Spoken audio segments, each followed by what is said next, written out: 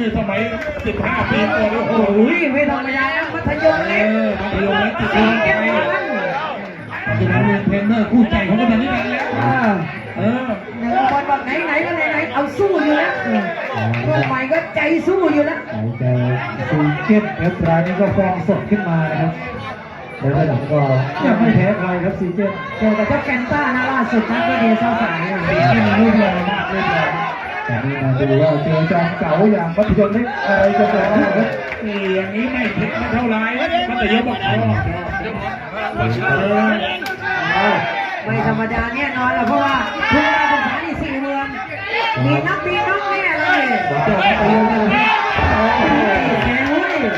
งเข่าแต่ว่าโดนเทครับซีเกตยืนไม่ได้ก็มัธยมเก่าอยู่ที่แดงอยู่แล้วนะครับมัธยมเล็กน้ำเงินเอาละครับเข่าทับสุดของซีเกตครับ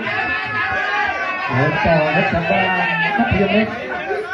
ต้องอยู่ที่ว่าสีจะหนียาหมดยาเหี่ยวยาย่นถ้าไม่ย่นเลยถือว่าอยู่ได้ตลอดทุกสุดยอดครับ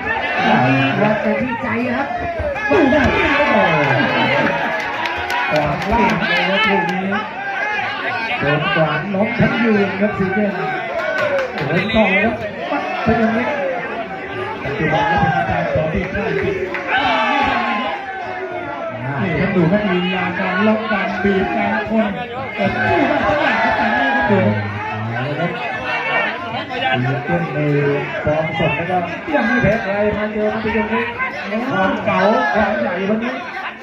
ไอ้ยอดว่าเป็นตุ่มเลย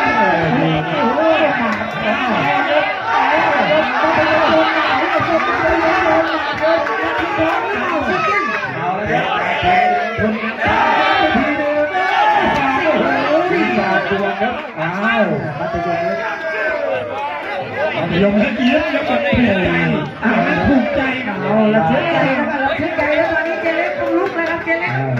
เป็นการที่ก็หัวใจใหญ่กว่าตักเลยไม่รู้จะเชียร์ใครดีนะครับนี้สนุกกันทั้งจอยช่วยนะเตียเข้าไปต่อครับซีเจ้าซ้ายยาวๆมาครับมัธยมเล็ก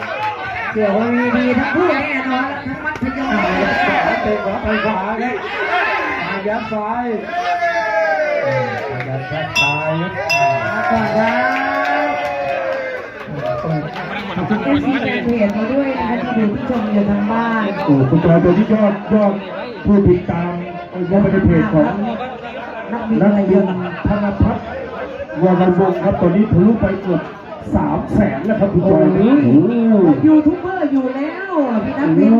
300,000ที่คุณจอยวันนี้ยอดผู้เข้าชมนะขอบคุณไปยังน้ำปลาแม่เผาให้การสนับสนุนด้วยขอบคุณอาจารย์นราจันทรพรยิ้มนวลพร้อมรังบอลด้วยนะครับอาจารย์เพชรอุบลเสียงเพชรอุบลด้วยน้าอุบลลูกพระพิษเป็นดงใจสอสุภาวันหัวใจรัก100 ล้านด้วยนะคะหอยบางคอแหลมเจี๊ยบรามอินทาแดงเก่าทรายหนูหนึ่งชัยวัฒน์ขอบคุณให้การสนับสนุนแล้วก็ถ้าพูดถึงนวพลลูกพิษก็วันที่16เลยครับลูกชายเป็นบุตรนวพลเห็นที่เคยงานในการเทสกับพัฒนพันธ์ชาวโมงสมุทรเกิดกับล้านแตกแน่นอนครับ16ที่พลทองครับเพียผาสารคามจัดใหญ่ครับ16ตุลาคมครับอุบลเข้าไปเยอะนะจริงคอปเตอร์มีหลายแสนนะในข่าวว่า16 ตุลาขอบคุณพระฉลองชัยกับโชคอันชัยนะครับตามด้วยกอล์ฟกับยอดแก่นนะครับแล้วก็ตามด้วยปูแดงกับเจมมี่ผู้สำคัญยกนี้ครับพอพิษครับผู้สีมันยก2มัธยมเล็กสีเก็บเดินต่อครับแต่ซีเก็บเดียวถอยหลังต้องเอาไว้ออสเตรเลียครับติดเกียร์ท่ามาเป็นไทยต้องมืออย่างเดียวแล้วครับเปลี่ยนเข้าไปต่อครับโยกหาจังหวะลงล่างก่อนครับซีเก็บด้วยต่อพัทยมสองเปิดเข้าไปพัทยมโอ้ซีเก็บ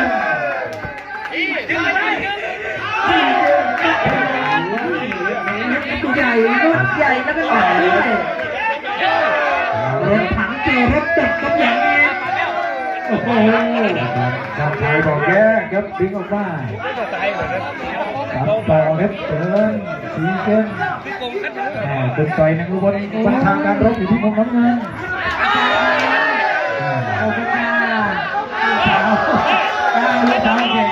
ลูกสาวอยู่นี่ก็ถือว่า ถ้าถูกใจแน่อาจารย์คนนี้แต่พวกพี่ใหญ่แบบนั้นเองนะฮะ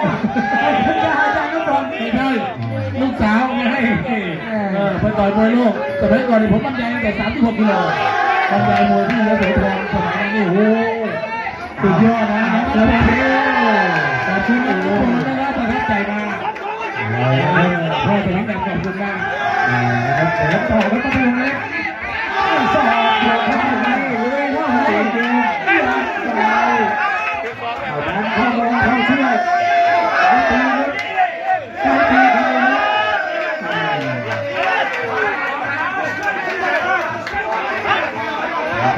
ทางสับต่อครับซีกินเป็นที่ไหนอยู่แล้วเดินเบียดต่อครับเดินทำดีนี่ต้องทำได้ครับ เอาเลยครับสี่หมื่นนะคุณการศึกษาพี่ เด็กซ้าย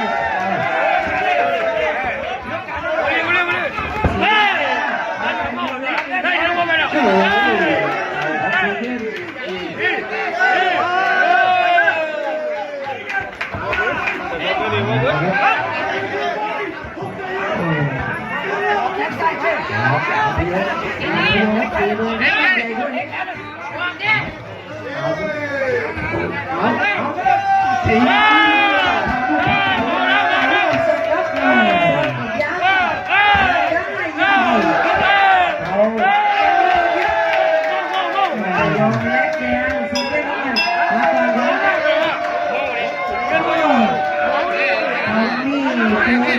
เจ้าบอลเจ้าแบรี่หน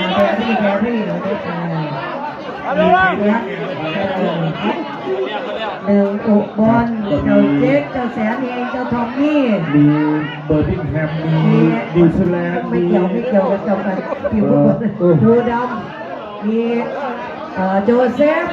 มีแบรี่มีเจ๊ก ถ้าเป็นฝรั่งนี่ต้องถามหมวดมีพับปลารู้จักครับหมวดมีพับปลาเนี่ย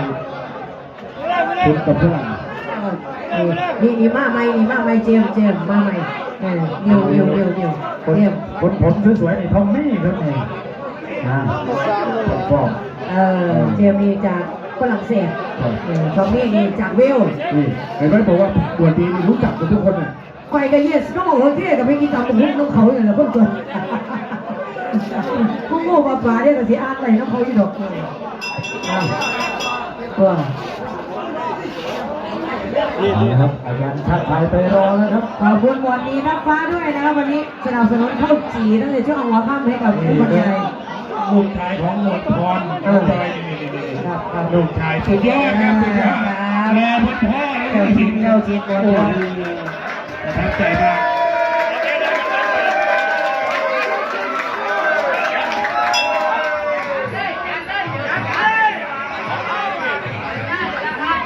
3-3ครับพี่ชาย ยกที่3ครับ โดนปัดนะครับ มัธยมเล็กครับ47ครับ พยงเล็กเอาทีโอ้ยโตกันสนุกกัน เดินทำดีหนีทำได้ครับ อย่าหนีอย่างเดียวครับหนีต้องทำด้วย เดินก็ต้องทำให้ดีนะ 4 เมือง นะครับ เก๋านี่อยู่ที่แดงอยู่ที่ซีเกน ต่อครับมาเดินทีเดียวไม่เข้าดวง ที่ใจได้พลังกำลังนะครับตอนนี้ นะครับยก3เดี๋ยวซีเกนเดินเปลี่ยนไปใกล้ๆต่อยครับตัวย ก3ครับไปที่มุมกลางเลยครับแต่แข้งซ้ายไปแข้งขวาเดิน รุ่นใหญ่นี่หนักๆแรงๆอยู่แล้ว ดูครับซีเกนแห่แล้วคนไม่ปล่อยมา ทำเลยครับ ต่อเข้าไปดูไทย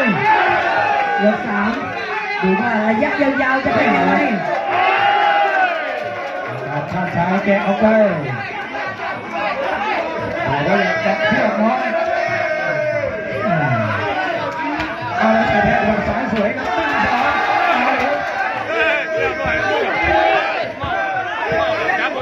ด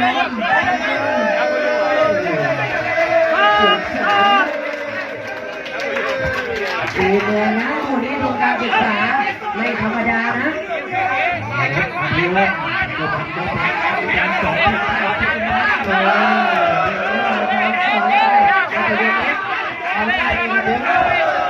็นลูกหลานในสังกัดของได้เมืองหนึ่งอุบลสีเขียวออสเตรเลียไปต่อครับจะดูว่า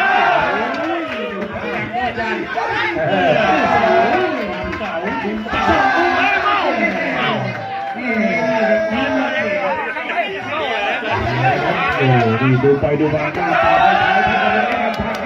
ไม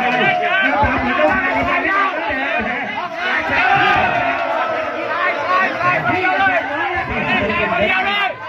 ชายหน้าตาเหมือนน้องชายในการเล่นขอบคุณใจหัวหนึ่งใจวัดด้วยดูจังหวะสุดยอดขอบคุณครับใจหัวหนึ่งใจวัดพิษมหาชนขอบคุณครับ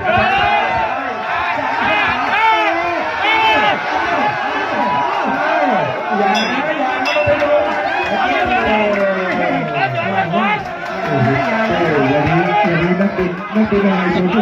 มีแต่ของดีและของแปลก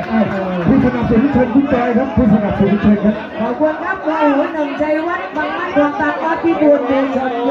ในการไลฟ์สดในด้านเพจของนักบินเปรมชัยขอบคุณเจี๊ยบรามอินทราขอบคุณแดงเขาทรายหวยบางคอแหลมขอบคุณ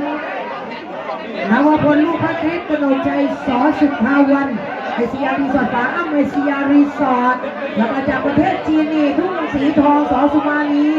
จากฮ่องกงจากเดชสุริยาสิงห์พนมศักดิ์ขอบคุณโปรโมเตอร์ชุดเกียรติเพชรโปรโมเตอร์เดียนเกียรติเพชรขอเลี้ยงคำจันทร์เสาคำเป็ดด้วยผู้ต่อไปเรียนเชิญไว้ล่วงหน้าหมวดดีมอบปลาแม่เผาด้วยขอบคุณท่านสสพุทธิพงษ์นามบุตรวันนี้มอบหน้าที่ให้คุณไพวันอุ่นจิตนะคะมอบเป็นตัวแทนมอบสนับสนุนนะคะอะไรยกท่านด้วยครับนายกสมนึกสังขารย้ำนะครับวันที่20 ตุลาคมก็จะได้เป็นกำลังใจหมดทุกท่านที่เป็นทีมงานค่ายมวย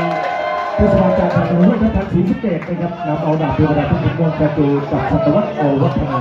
20รายการใหญ่กันที่เทศบาลการแสนชัยย้ำนะ20 ตุลาคมครับมาดูยกที่4ครับเชิญพอเอาทิศครับยกที่4ครับสัมมาคันเสียไทยกับเทศไทยมัธยมเดินเลยตอนนี้มัธยมออกมาเดินต่อแรกเดือดแล้วครับพี่น้องสี่เกมชิงเดินก่อนครับมัธยมไอ้แกสีเก้นน้ำเงินใครจะเหลือเยอะกว่ากันตัวผู้ดีของมัธยมเล็กยกสำคัญทันยกเงินยกทองมาถึงใครจะเหลือเยอะกว่ากันครับสี่เกมต่อย1-2เขาตัดสดครับไทยกับเทศมัธยมก็ตั้งรับกันหมดไปอยู่ที่มุมกลางที่เดิม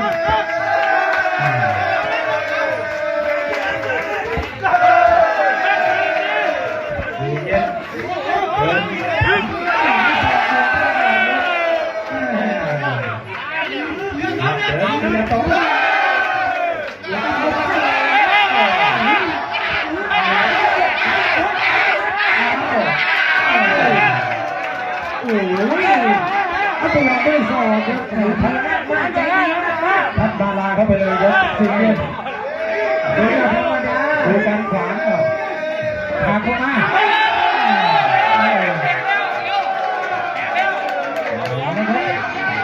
ให้ชัดๆให้ชัดเจนครับมัธยมเล็กครับสีเทียนครับอยู่ที่มุมกลางอีกแล้วทีไปก่อนครับโดนหนักเหมือนกันคร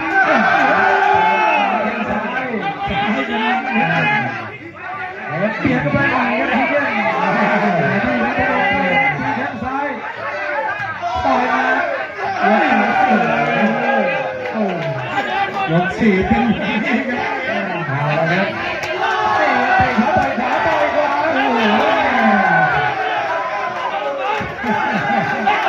คนละช็อตครับคู่นี้เอาเข้าไว้โอ้ย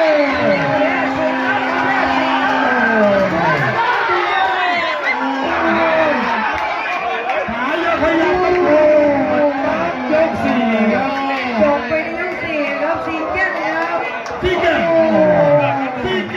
ต โอ้เดี๋ยวเราชื่นชมนะอาจารย์มัธยมเล็กนี่ ก็คือภาพสวยๆครับคู่นี้ เขาใจสุดยอดเลย โอ้20,000ถึง40,000ครับแม่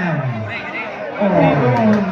เพื่อนจ่อยยิงกระบนครับวันนี้ โอ้ออกบ้านขาไหนเนี่ยก็เป็นไผ่เลยนะนี่คู่สำคัญที่ห้า คู่นี้3,000เลยครับ3,000 ห้ายกเราก็ไม่รู้เหมือนกันละมันอยู่ที่นักมวยนะครับ ท่านผู้ชมครับมาตามกันต่อครับพี่น้องที่รับชมทางเพจนักบินเป็นไทยด้วยนะครับแล้วก็ท่านผู้ชมที่อยู่ในสนามยกแดงนี่จากพนมไพรนะครับสอนที่ค่ายสุดเซนเอ็ครับพนมไพรนะครับดับสายไปแล้วไหม จับตานะจับตานะน่าจะมีอาการแดงๆมาใส่กันนะ ส่วนน้ำเงินนี่จาก ไทยประเทศ ออสเตรเลียนะครับที่สามารถใช้กระดุมไปเสียแชมป์โลกนะครับ จิงโจ้จิงโจ้ ออสเตรเลีย ตอนนี้ อาจารย์ทุกท่านไปไหนอ๋อไปอยู่นี่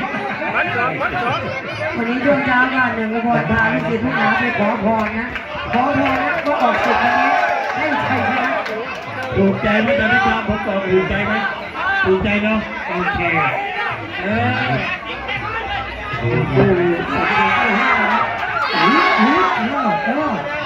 ไม่รู้นะว่าอะไรจะเกิดขึ้นนี่เราจับตาไทยประเทศอะไรก็เกิดขึ้นได้ เขาน่าจะอยู่ที่สิงห์สยามเลยนะของสดทองแดงจะอยู่ที่พิจิตรเลย กว่าเป็นไทยก็อยู่ที่ไทยอยู่แล้ว แต่ว่าเริ่มไปนานช่วงสุดท้ายช่วงสุดท้ายไปความหล่อนะแดงนี่เป็นที่ไหนก็ได้มันเสียดิมันเสียมันฟังหวังแต่ที่จะพูดก็ได้นั่นแหละให้ได้มาได้ก็ได้ยกที่หนึ่งนะนี่พี่น้อง ดูพี่เจ้าข้าวหอมโอ้โหพี่จะแข่งครับดูพี่ข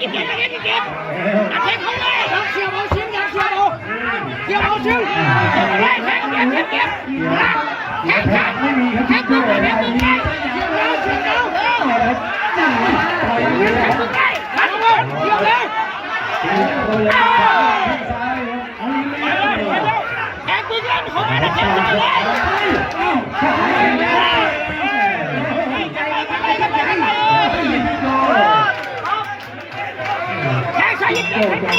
โอ้มาก่อนหน้าเป็นยกก่อนไปเห็นไอ้เคียวไว้เยอะเหมือนกันนะนี่เพื่อจะเป็นจิงโจ้ทอมมี่อย่างนี้ทางฝั่งเดียดอุดรและทุ่งเทิงเคยเดียดเดือนที่15นะ นักศึกษาแรกอย่างนี้ได้แล้วทุกคนนะครับ โจเซฟมีคิวตอนไหนครับนี่โจเซฟอเมริกาจะเลือกคนมาด้วยนะครับคู่เอียนดอนพี่กุล พี่เลี้ยง ท่านผู้กองวุฒิ เขาให้แค่สอง กุหลาบขาวกับแซมสันในวันที่18นี้พี่น้อง18 ตุลาดอนพี่กุลหน้าดูหน้าชมแล้วค่ะขอบคุณทีมงานคุณยินคำเจริญขอบคุณขออาร์ตี้อย่าลืมยอดมวยสยามผู้กองวุฒิด้วยนะคะเพื่อนสาวชัยด้วย สาวลูกสร้างขุนนะครับ นี่ก็จะเป็นเกษียณบ้าง แล้วก็ให้กำลังใจหายสารคามด้วยนะครับผมจับ 16 โอ้ โดนทอง101ครับ ครับผมอำเภอโพนทองเป็นฐานสารคามจัดรายการใหญ่นะแต่ว่าอย่างที่ว่ามวยแต่ละชาติต้องถามชุดนี้นะมวยแต่ละชาติมีเยอะมันเป็นแต่แรกเปลี่ยนแต่ว่าส่วนมากมันไม่มีเมียนะ นี่ มีคนเดียวมีคนเดียว แล้วก็ไม่ใช่ผู้สาว มีแต่ผู้สาว แล้วก็ต้องมา2 2 7มาเป็นเดือน2 เดือนเลย ตอนนี้เป็นเกียรติเป็น เรียน รู้ รู้ ไม่ ไม่ ให ให ญ่ ญ่นะคะ คนสวยข้างสังเวียนดูน้ำเงินบอกเต็มที่แล้วเต็มที่แล้ว เอฟซีของเจ๊คือว่าคนสวยเลยเอา เอาละครับจิงโจ้ครับไปหุยหมัดขวาเลยเจอแข้งซ้ายพลังเสียเอฟเอาใส่สามพละกำลังกับศิลปะเขาคู่นี้พละกำลังอยู่ที่จิงโจ้แล้วครับศิลปะอยู่ที่สิงห์สยามครับโอ้มิสเตอร์จิงโจ้โดนเข่าซ้ายเน็ตล้นเวทีเลยไหมล้นเวทีเลยไหมโอ้ย สนุกนะวันนี้สนุกแน่ๆโอ้ยจิงโจ้มาขวาโอ้โหแตกครับแข้งซ้ายเดี๋ยวเด็ดสยามจิงโจ้ อย่าเด็ดขาด ยกที่สอง แรงใช่ไหมแต่สู้ดีแล้วจอยนะสู้ดีอ้าวเดี๋ยวครับสู้แล้วมีเข่าด้วยเดี๋ยวชุดนี้ก็สนุกและมันเลยครับเดี๋ยวดูแล้วเป็นยังไงดีตั้งได้อาจารย์ผมผู้ใหญ่ที่มาใส่ทุกคนเลยนะครับเดี๋ยวนะโอ้โหประเทศไทยแล้วมันจ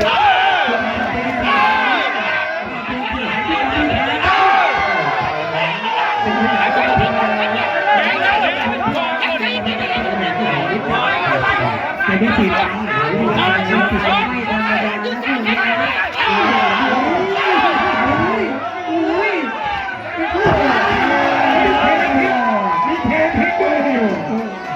พลิกเทครับได้เรียงมาจากยุทธใจคุณครับไม่เปลี่ยนมาจากหนึ่งมาแล้วที่ขยับเดี๋ยวครับทางด้านติ๊กโจ้ครับเดี๋ยวหันกับไม่ตัวอยู่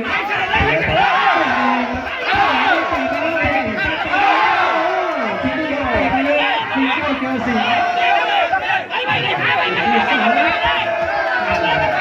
จิงโจ้กับเสือจิงโจ้นี่จิงโจ้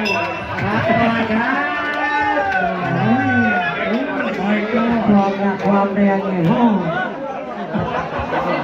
ถ้าสิเราไม่จะมองเพื่อนไหวนี่คือกีฬามวยไทยความเป็นมวยนี่ต้องอยู่กับไทยอยู่แล้วนะไม่ใช่ว่าพละกำลังกับต่างชาติไป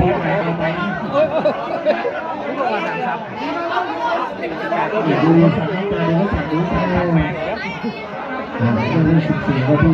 เจ้าเจ็ดมีแสงเองมีหนึ่งอุบลมีทอมมี่มีโจเซฟซีเกนเอาทีมงานนะคะเล่นมาเชียร์ปูดำด้วยนะวันนี้นะปูดำนะปูดำบอกปูเกียร์ก็เป็นหลายนะจะจะหายกแน่เดี๋ยวเอานักแรกๆจัดให้ได้ปูดำมึงนี่ของวิชัยวันนี้ก็มาประชาสัมพันธ์เสร็จวันที่18นะครับ30 กว่าคู่นะคะใหญ่เนาะรุ่นของวิชัยนะครับรอทุกคนครับ18นี้เป็นเดือนกุมภาพันธ์ไปเจอกันสั้นๆรุ่นยักษ์สร้างเสียงอุบลเดิมนะครับเจอกับหลอดขาวนะครับรุ่นสร้างขุดครับสองพันแพ้ก็ดีครับก็ไม่ได้เพียงนี้นะว่าจะว่าเลสโก้เชียร์สายผมกระดาษผู้จัดด้วยนะครับจากอุบลบางมาอย่างขวา3,000ครับพ่อทิพย์ครับโอ้เอามาดูต่อครับชมต่อเดี๋ยวเปลี่ยนเข้าไปเหมือนเดิมครับจิงโจ้รายนี้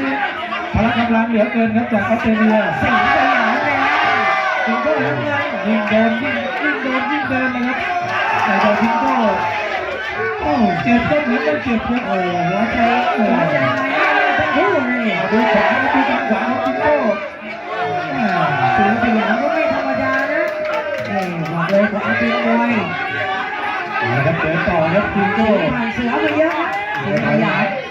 เอาไว้บ้างครับนี่ทางด้านจิงโจ้ครับเดินไปรอต่อครับนี่เตะบ้างเดินประชิดขวางเอาไว้ดูขวางไปได้ไหมจิงโจ้ทีมเราก็พยายามจะโต้ด้วยเข่าซ้ายพยายามจะใช้ก็โอ้โหแม่สิงห์สยาม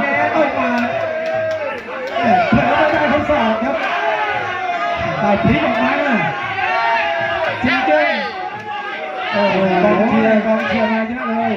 สีสยามจิงโจ้นั่นเอง เดี๋ยวครับเต้นเต้นเตะข้างสายบอลจิงโจ้จิงโจ้แม่โดนต่อ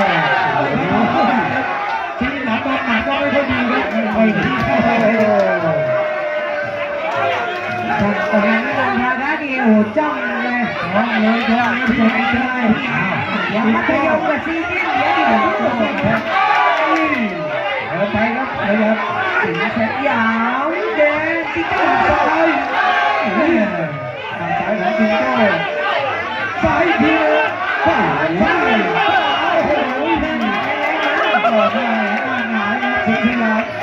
ดุเลยครับดุเลยครับดุเลยเอาละครับเข่าอยู่ที่สิงห์สยามแล้วหมัดอยู่ที่จิงโจ้ครับตีมืออย่าไปตีหลังหักต้องตีให้ตายให้ตายใช่แล้ว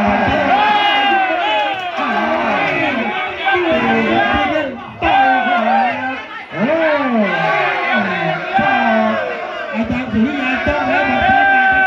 นี้มาไปจับกำลังสามคู่ก็ออสเตรเลียเดินต่อครับต่อยก็ล่างชาต่อยต่อ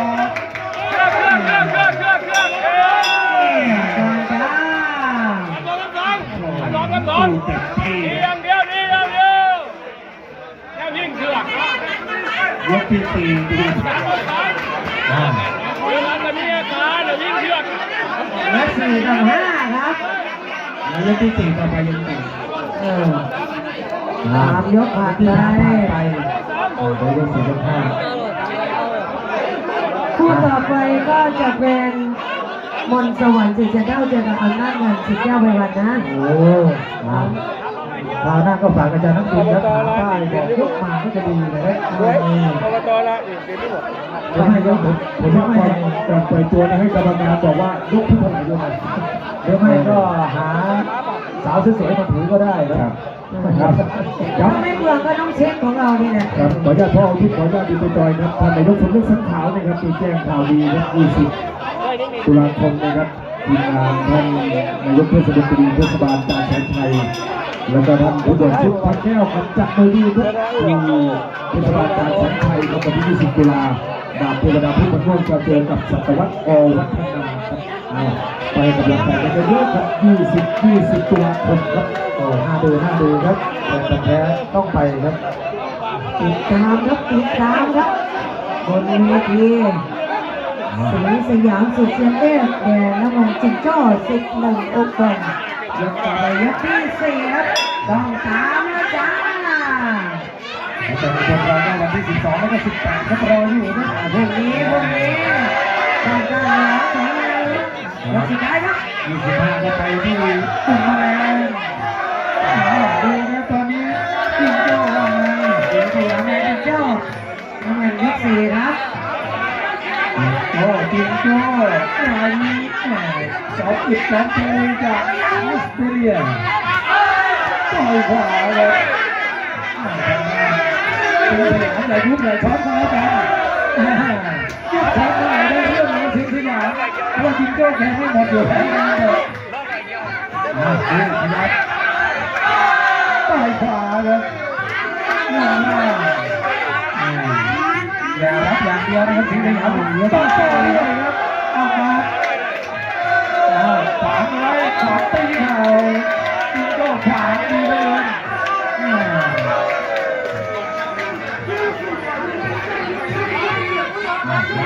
เดินต่อครับทีมงานผมเดินไปมีอุบล ไม่มีคำว่าถอยนะ เอาครับต่อคืนต่อคืนต่อโอ้ยครับจิงโจ้อยู่ที่มุมนั่นแหละครับไม่ยอมไปไหนสิงสยามอยู่ที่มุมเดิมครับเป็นหัวกองจะแพ้ได้ครับ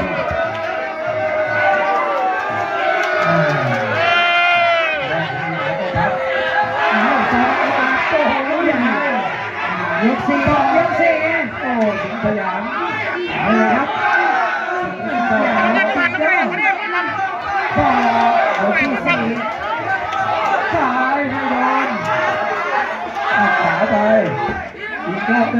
ต่อยขวาอะไรนะล็อกเอวไว้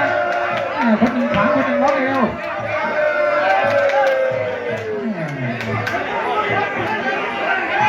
เอาละครับมองเพชรฆาตครับไม่ยอมห่างตายลำตัวต่อยหน้าเทลูกไม้โอ้โหเดี๋ย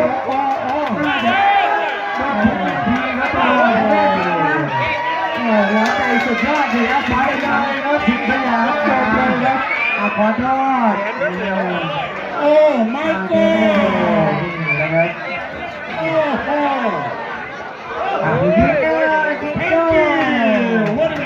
ทั้งความออสเตรเลียจิงโจ้สิงห์บุรีดีด้วยครับให้กำลังใจสิงห์สยามนะแต่ว่าชื่นชมทั้งหัวจิตหัวใจนี่สุดยอดดูต่อยหน้าสับสองนี้ไม่ลงครับพอต่อยท้องครับยังได้น้อยกว่าครับเจ็ดนิ้ว 20,000 ครับ 20,000 ครับกับ5ยกอยู่แล้วในหมวดคู่สำคัญที่2ล่ะระหว่างไทยกับเทศกับพี่น้องครับบิ๊กซีวันนี้มีอะไรมาฝาก 20,000นักชกจากต่างแดนบ้างครับ ไม่ธรรมดานะบิ๊กซีเกียรติมาคอยยิ้มแดงเจ็ดนิ้ว1 บนทั้งวันดูด้านหลังไอ้สักเสกเล่นยังสวยเลยครับศิลปะบนเมืองล่างชื่นชอบศิลปะมวยไทยแล้วยังชื่นชอบศิลปะบนเมืองล่างด้วยเจ็ดนิ้วเนี่ยดูสักเสกแบบไทยด้วยนะครับ20,000 ครับเป็นการศึกษาดูนะมียังเก้าชัดยกที่1ครับมีสินสายเราสักเยอะเลยครับหลังของเจ็ดนิ้ว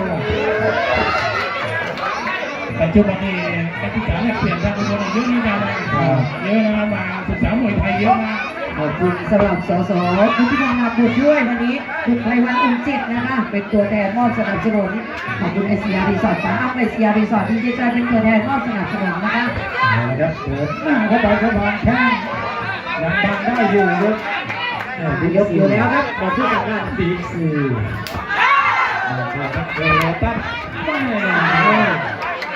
สีบิ๊กสีแดงเจ็ดนิ้วน้ำเงินดูครับโดยนักโกโลตัสเป็นคนสร้างหลังครับนี่คือบิ๊กซีจุดที่1นะขวาของเจ็ดนิ้วมาจากคุณพ่อคุณลูกนะครับคุณแก่มาจากแสนแห่งครับมาจะมาว่าเกือบทั้งหมดเลยค่ะวันนี้ส่วนมากก็เป็นนักมวยชาวต่างชาตินะครับมาดูมาชมบรรยากาศของมวยภูทรด้วยนะมีเปิดเต็มล่างครับเจ็ดนิ้วกองเชียร์ก็เยอะนะวันนี้ไม่ว่าจะเป็นโจเซฟไม่ว่าจะเป็นทอมมี่นะเดินท้ายโอ้ขายาวๆของเจ็ดนิ้วมาซื้อบัตรซื้อตั๋วให้การสนับสนุนโปรโมเตอร์นักบินด้วยนะเลยไปทีมงานความยาวของเจ็ดนิ้วเป็นอุปสรรคของบิ๊กซีหรือเปล่าครับนี่ลงล่างไปขวาสลับลำตัวครับของเจ็ดนิ้วบิ๊กซีก็ถีบกันเอาไว้ครับไม่อยากให้เจ็ดนิ้วเข้าใกล้แล้วนะอีกที่หนึ่งนะระหว่างไทยกับเทศกับพี่น้องตอนนี้ผมที่รับชมเอฟซีแฟนเพจของนักบินคนไทยก็ครับมาผู้สวยตอนนี้จากเมืองไทยไลฟ์เลยครับคุณบิ๊กขอบคุณสำหรับเพจ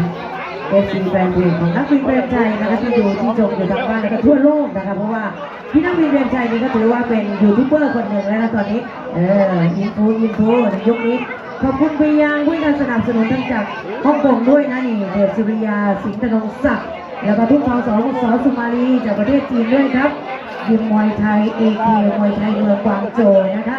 ขอบคุณด้วยคนต่อไปก็สันตินักบินอะไรยนต์นะครับนักบินอะไรยนต์เครื่องบินคู่ที่3นะครับลำดับไว้สายลงเกียรติน้องคอยบินนะครับเตรียมพร้อมกับสายลงครับเตรียมพร้อมแล้วก็คู่4หัวตะพานน้อยเพชรออโต้แจ้งมา18,000นะคุณจอยหัวตะพานน้อยแจ้งมา18,000ป๋าเอกชัยพลพันธ์ครับย้ำ18,000รวบรวมมาทุนการศึกษาคู่5สิงห์สยามจิงโจ้6เป็นมนต์สวรรค์อำนาจเงิน7ขุนแผนหนุ่มจอนนี่8มัธยมเล็กซีเก้น9ให้เป็นฉลองชัยโชคนำชัยนะคะ9 10ก็เป็นก๊อฟกับขอนแก่นนะ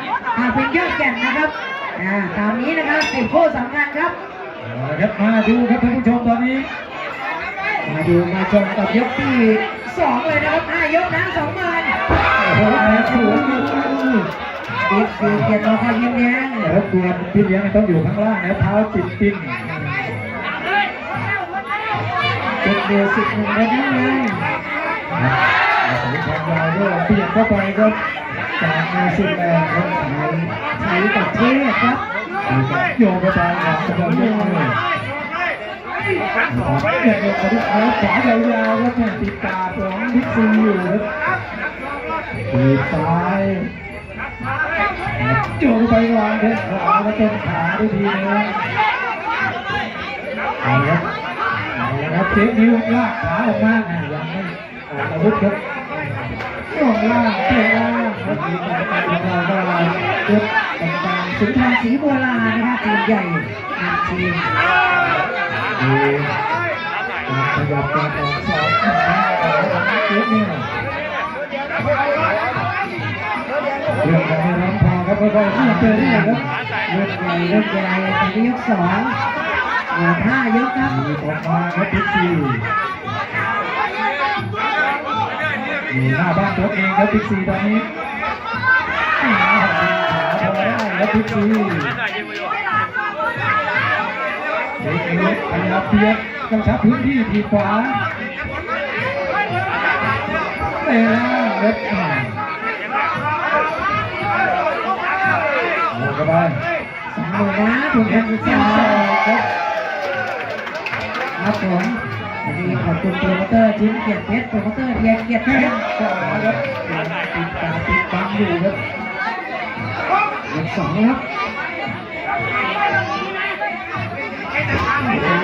จันทราพรนิ่มนวลลูกมาตุลีวันนี้มาให้การสนับสนุนถึงที่นะครับขอบคุณด้วย ไม่ค่อยเห็นเลยนะครับเล่นนอกเป็นส่วนใหญ่ตอนนี้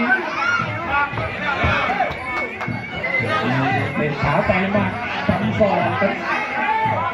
ขอบคุณโดยหัวหนึ่งชัยวัฒน์ด้วยนะครับวันนี้อาจารย์สนับสนุนแต่วัดกำลังที่นันทาครับด้วยเช่นกัน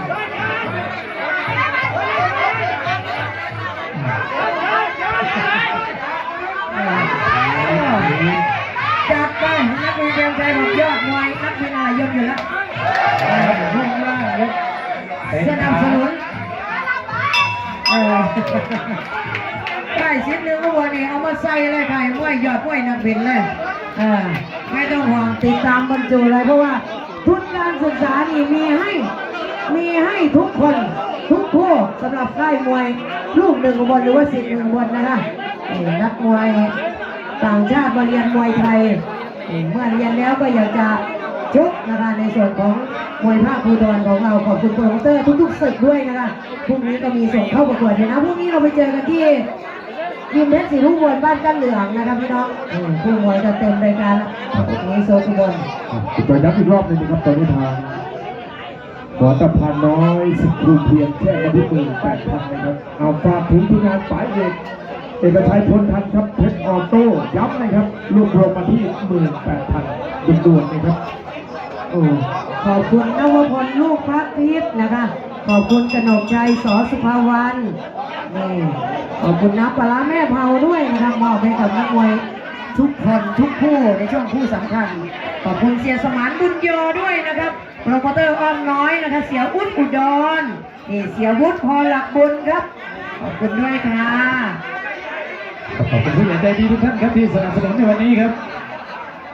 เพิ่มเติมแล้วก็ขอบคุณไปง่ายๆนะนี่ทางซอกเจ๊กก็มีคนสวย ขอบคุณท่านที่คุณเป็นจากสิทธิรัตน์ด้วยนะครับ ขอบคุณทุกโปรโมเตอร์ขอบคุณทุกค่ายครับนี่คือบรรยากาศของยอดมวยนักบินอะไรยองค่ะผู้ที่2หมดผู้สำคัญบิ๊กซีแดงกับเจ๊กเนียวน้ำเงินน่าจะมีหนักมาอวดกันนะครับ20,000ยกที่3 แข้งขวายาวๆของเจ๊นิวขยับเดินของบิ๊กซีบ้างครับบิ๊กซีไม่ไหวแล้วครับทีนี้ยก3นะครับ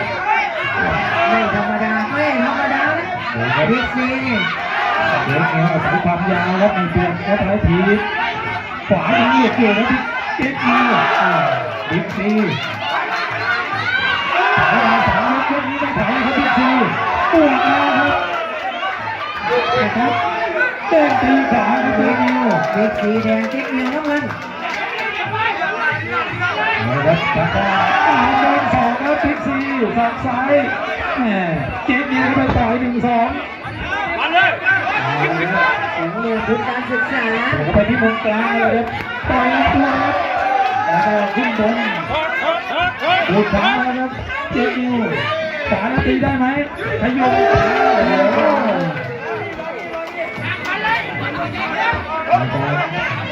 ยันโยงครับสายตาครับ ยกอยู่แล้วนะครับหัวผู้สำคัญ เอาละครับดูเจ๊นิวพี่เข้าไปครับทีเดียวทีออกมาครับบิ๊กซี แรงเริ่มมาแล้วครับ เอาละไปปีครับจับขาของเจ๊นิวลุกไม่ลุกไม่ไหวแล้วบิ๊กซี สี่ขา โอ้จบยก3เล ไป ย ในยก3นี่เองโอ้ยก็ยังรู้มวยไทยก็รู้นะขอโทษขออภัยกันเนี่ย โอ้โดนถีบโดนแข้งไม่ลงครับลงด้วยหมัดขวาครับ 2 บอลทุนการศึกษาการเรียน เดินมาไอ้ยังคือยังถือไอ้นายกคุณเอาไอ้คุณไปไอ้คุณเอาเดี๋ยวไอ้วันนี้นายกไอ้นายกไอ้ขายเลยไอ้คุปตัวลงเร็วไอ้ดูดิจาดีไว้จะสนใจไว้จะเดินไอ้จะเดิน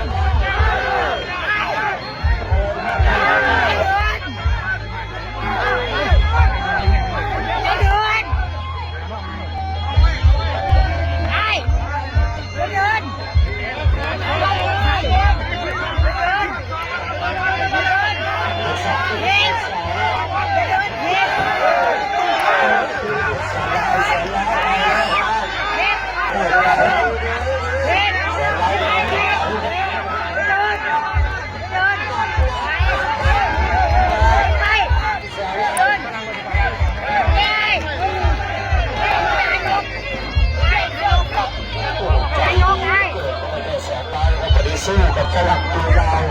เบอร์สูงไอ้ด้วยถอยตาดีจะเดินไอ้ถอยไอ้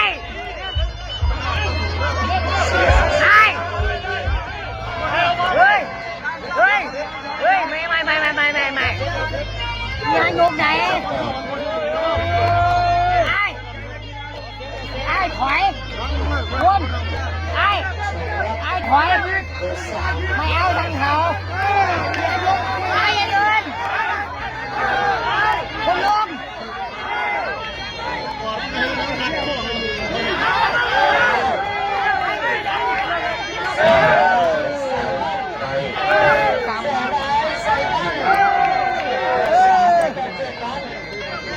ไอ้ถอยได้อย่าเดินมันยิงลูก3ไอ้ถอยก่อนไอ้ถอยก่อนเราได้ไอ้พอแล้วไอ้พอแล้วไอ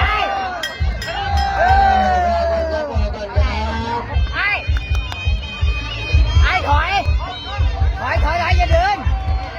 พวกเขาไอ้ลง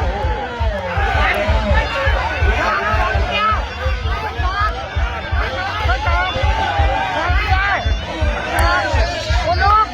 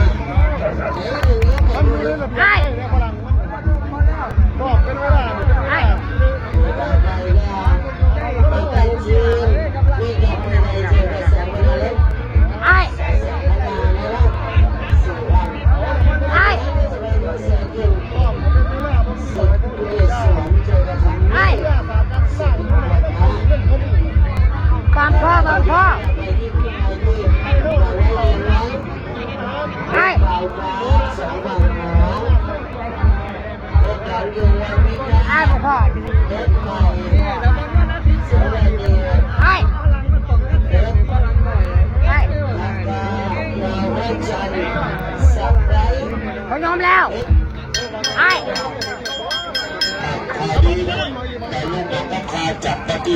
5 มกราคมแล้วก็จะขออวยของอาจารย์ตึกอุบลอาจารย์ตึกอุบลอาจารย์จอยถ้าอาจารย์บอกว่า5นี่จองไว้2 ตัวก็เดิมนะ ไอ้ควาย จองไว้2 ตัวแล้วครับอาจาร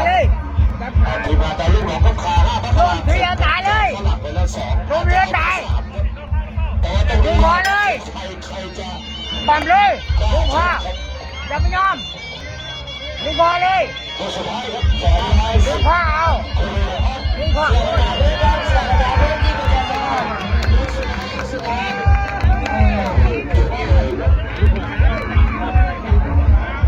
บเดินเข่าเดินเข่า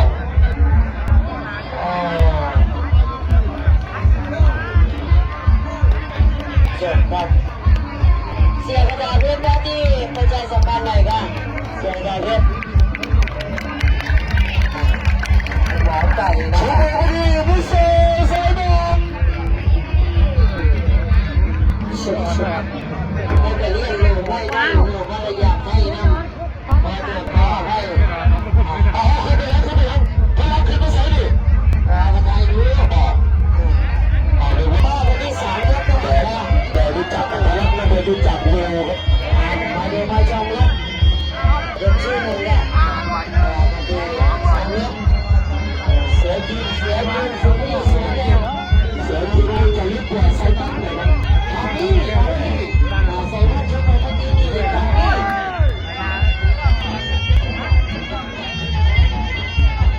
มันมีถือว่าเป็นรุ่นใหม่รุ่นใหม่เช็คมาประมาณเดือนก็เดือนอีก2 ครั้งเนี่ย แต่นี่ดูว่าจับเก่าแล้วครับแต่ว่าวันนี้มาเจอต่างชาติครับจับนี่ ฟันจอกฟันจอยจบเลยเนี่ยป๋ามาจอกจอกนายลุงฟันนุ่นป๋ามาจอกเลยป๋า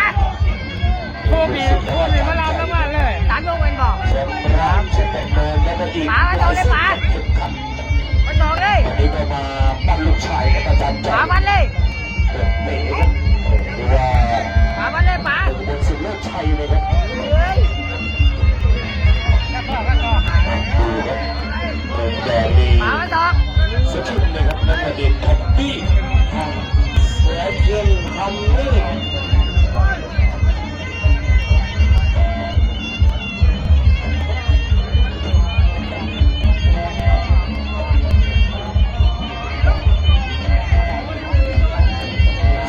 ครับ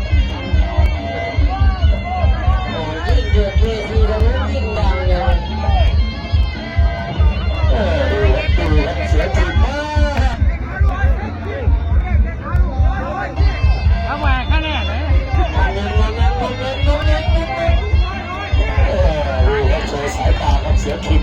ข้างหน้าเท่าไหร่เอาไป โอ้ดูว่าเ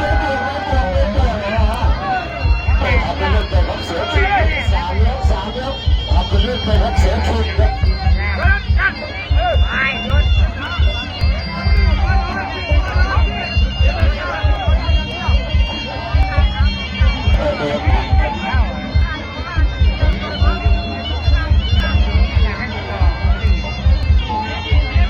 ดูครับ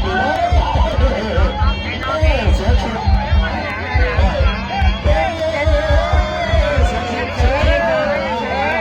เฮ็ดนั่นน่ะเฮ็ดนั่นน่ะ ไป สองปึ๊บปาด ไปน้องเล่นนั่น ปาดตัวเลยเสือขิด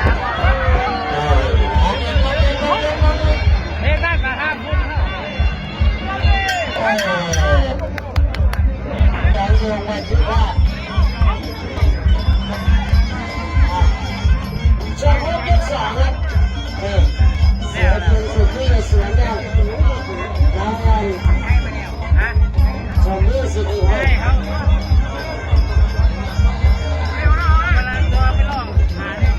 ก 2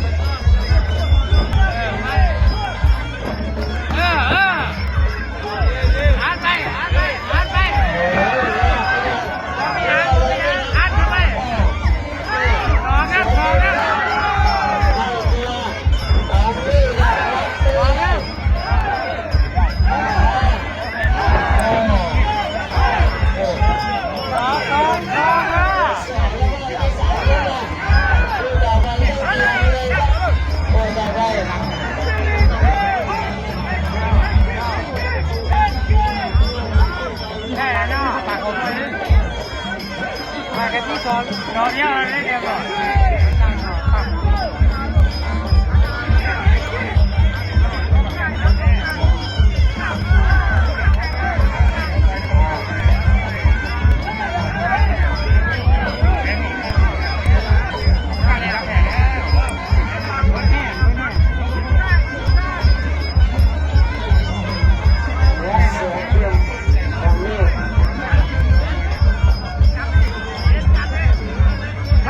พ่อจับแม่มาเลย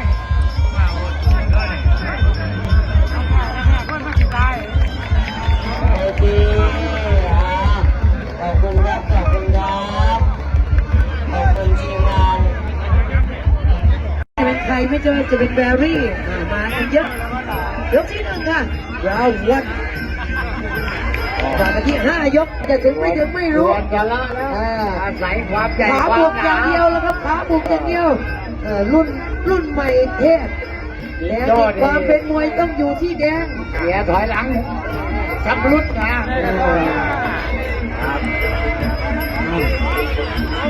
สิงโจ้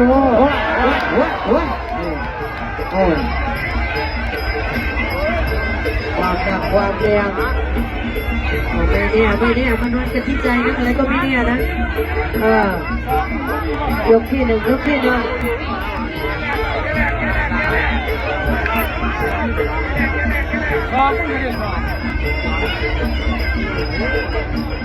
ชอบ วันทะเลาะแล้วครับกับ ใจ เจ้า กับเพศนะครับพี่น้อง โจ้อยู่บนจากออสเตรเลีย หรือว่าไม่ช้าแล้วค่ะรีบประเด็นศึกแต่ไม่รู้ว่าใครจะประเด็นใครต้องดู เวลาสุดสาวขาไม้นี่ก็หลานชายของเจ้าคุณหลายพร้อมผมหรือว่า โอ้โห ชอบไม่ชอบชอบชอบไม่ชอบ อยากครับอยากใจสู้อยู่นะโอ้พอครับโอ้ใจสงเสียมเจ้ารถบัสล่าสุดก็เพิ่งไปทำหน้าที่มาที่ทำน้ำหอสิริพรเนี่ยเดี๋ยววินเนอร์โจครับให้กำลังใจครับด้านฉลามสิงห์ครับก็ถือว่าทำดีที่สุดแล้วครับ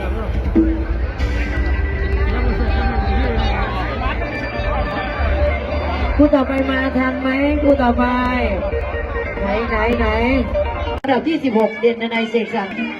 17เมืองบัวงามอินน้ำหนอง18ฟ้าลิขิตเพชรบรรลัง19เมืองบัวมันยอดไอเกียว20เด่นสะแบงกุหลาบเพชร21ช่องชัยวันใหม่ครับพี่แดงยกที่หนึ่ง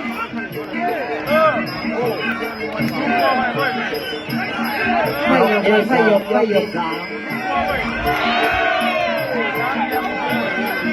ยกที่สองใหญ่ตีหลายยกกว่านี้เอาหายกกับพ่อ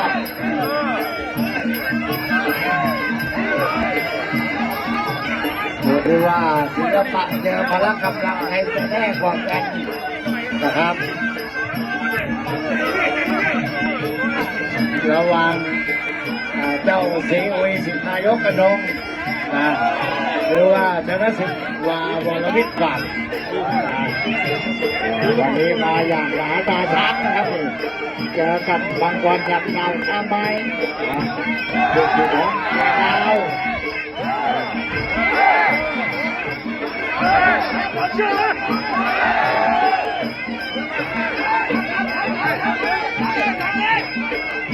ต้องดูกันยาวเลยหนังชีวิตของผู้เล่นด้วยนะครับดู4,400ยกที่2ครับนักมวยที่ยังไม่ได้ต่อยก็เตรียมความพร้อมเอาไว้โอ้ไม่ดีครับแน่นอนครับปีเลยปีเลย อะไรก็เกิดขึ้นได้ครับ หวังแม่มายก2ครับโอ้โหชนะสิงห์เข้ามุมขาว มุมขาวมุมกลางก่อนครับมุมกลางก่อนคุณหมอสมควรไปเย็บแผลอยู่ เตรียมจะดมกันครับเปิดกันทีเดียว เตรียมยกอีก เตรียมทับหน้าอีกคาถาดมตัวที่ขอโทษกันครับชมนะครับไปที่ชนะศึกนะครับมอบอีกครับโอ้ยเสียบนี่ใครๆก็อยากได้ครับยินดีด้วยครับให้กำลังใจกับมังกรดำด้วย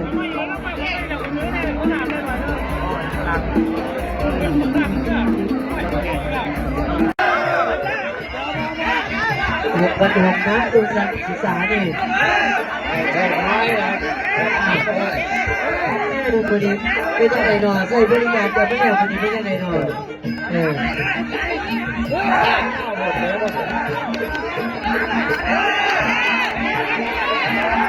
แต่คนเขาเนี่ยมากเลยครับมันอยู่ที่ใจหัวใจดีก็มีใจมากขึ้นแบบนั้น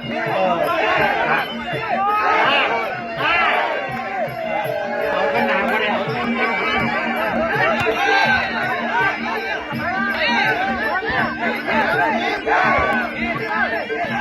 ไปไหนก็ใจด้วยเดี๋ยวมายกคือไปห่วงยึดหน้าคืออยากเขาเมื่อก่อนนี่ยังเหลือหลายยังเหลือหลายผมเนื้อรถทำไมที่อายุสิบได้นะหมดพวกมันยังไม่ได้พูดแต่เดือนนั้นจะช่วยกันหาทางเดินเลยเพราะยังเหลืออีกหนึ่งคู่วันเสาร์ทีเดียวครับผมไปลองคู่สุดท้าย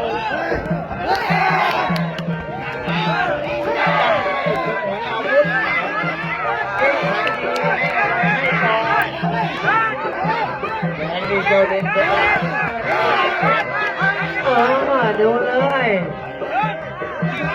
ยกสุดท้ายแล้วไม่มียกต่อไปนะวันนี้จับไป5 ยกเลยยกเต็มเลยไหม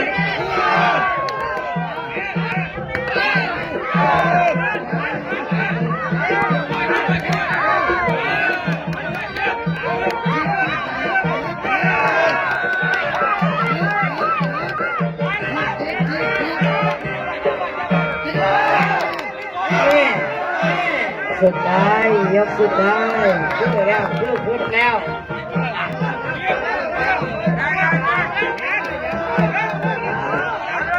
ใครจะทำสัญญา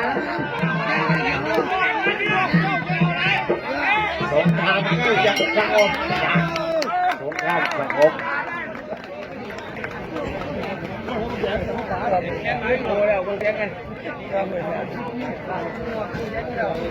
ผลการแข่งขันครับนักชกทางด้านมุมนั่งนะครับการถูกครับวิธีของกุหลาบเพชรให้กำลังใจเด็ดสเปนมาถึงคู่ปิดท้ายสุดท้ายกับคู่นี้